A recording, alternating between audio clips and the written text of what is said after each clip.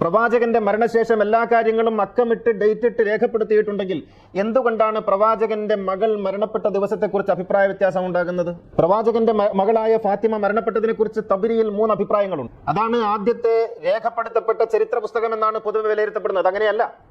തുവഫിയത് ഫാത്തിമ ബീവി മരണപ്പെട്ടു ബഅദ വഫാത്തി റസൂലി 40 യൗമൻ. പ്രവാചകന് ശേഷം 40 ദിവസം കഴിഞ്ഞിട്ടാണ് ഫാത്തിമ ബീവി മരണപ്പെട്ടത് എന്ന് താരീഖ് തബ്രിയിൽ ഒരിടത്ത് രേഖപ്പെടുത്തി വെച്ചു. മറ്റൊരിടത്ത് അബൂ ജാഫറിനെ ഉദ്ധരിച്ചുകൊണ്ട് പറയുന്നു, നബി ജാഫറിൻ ഖാല തൂഫിയത് ഫാത്തിമ ബഅദ നബി ബി 3 അശ്ഹുർ. പ്രവാചകന് ശേഷം 3 മാസം കഴിഞ്ഞിട്ടാണ് ഫാത്തിമ ബീവി മരണപ്പെട്ടത്. അതേ കിതാബിൽ മറ്റൊരു പേജിൽ എഴുതി വെച്ചിരിക്കുന്നു, തൂഫിയത് ഫാത്തിമ ബഅദ നബി സല്ലല്ലാഹു അലൈഹി വസല്ലം ബി 6 അശ്ഹുർ. 6 മാസങ്ങൾക്ക് ശേഷമാണ് ഫാത്തിമ ബീവി മരണപ്പെട്ടത്.